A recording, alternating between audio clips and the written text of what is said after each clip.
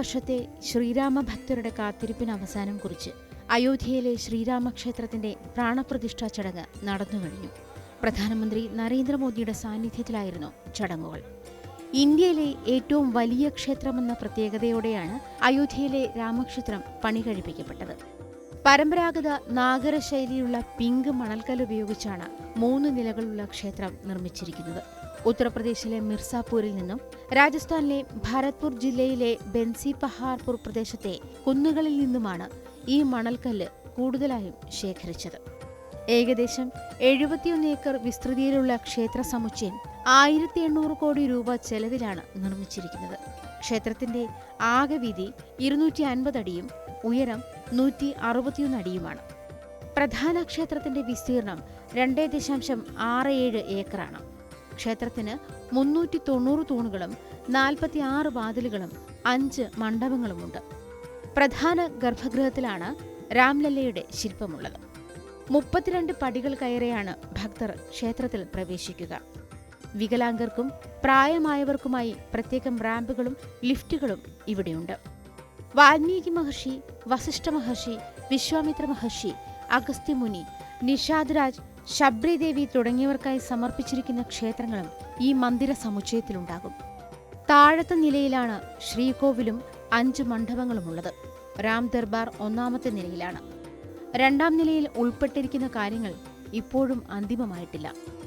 ഈർപ്പത്തിൽ നിന്നും സംരക്ഷണം നൽകുന്നതിനായി കരിങ്കല്ല് ഉപയോഗിച്ച് 21 അടി ഉയരമുള്ള ഒരു സ്തംഭം നിർമ്മിച്ചിട്ടുണ്ട്. 25,000 പേർക്കിരിക്കാവുന്ന തീർത്ഥാടന കേന്ദ്രവും ഇവിടെ നിർമ്മിക്കുന്നുണ്ട്. ഇത് തീർത്ഥാടകർക്ക് മെഡിക്കൽ ലോക്കർ സൗകര്യങ്ങൾ നൽകും. ബാത്ത് വാഷ്റൂം, വാഷ് ബേസിനുകൾ തുടങ്ങിയ സൗകര്യങ്ങൾ അടങ്ങിയ പ്രത്യേക ബ്ലോക്കും സമുച്ചയത്തിലുണ്ടാകും. പരമ്പരാഗതവും തദ്ദേശീയവുമായ സാങ്കേതിക വിദ്യ ഉപയോഗിച്ചാണ് ക്ഷേത്രം നിർമ്മിച്ചിരിക്കുന്നത്. ദേവവിഗ്രഹങ്ങൾ കൊണ്ട് അലങ്കരിക്കപ്പെട്ട തൂണുകളും പുരാണ കഥകളുടെ കൊത്തുപണികൾ രേഖപ്പെടുത്തിയ ചുമരുകളുമാണ് ക്ഷേത്രത്തിന്റെ മറ്റൊരു പ്രത്യേകത. ഒഡീഷയിൽ നിന്നുള്ള തൊഴിലാളികളെയാണ് തൂണുകളിലെ കൊത്തുപണി ഏൽപ്പിച്ചത്. രാജസ്ഥാനിൽ നിന്നുള്ള കരകൗശല വിദഗ്ധരാണ് തറയിലെയും ചുവരുകളിലെയും ജോലി ചെയ്യുന്നത്. എല്ലാ രാമനവമി ദിനത്തിലും ഉച്ചയ്ക്ക് 12 മണിക്ക് കണ്ണാടികളും ലെൻസുകളും ഉപയോഗിച്ച് രാംലല്ലയുടെ വിഗ്രഹത്തിന്റെ നെറ്റിയിൽ സൂര്യന്റെ കിരണങ്ങൾ പതിപ്പിക്കും. മൈസൂരിലെ ശില്പിയായ അരുൺ യോഗിരാജാണ് രാംലല്ലയുടെ വിഗ്രഹം നിർമ്മിച്ചത്. ഇതിന് 51 ഇഞ്ച് ഉയരമുണ്ട്.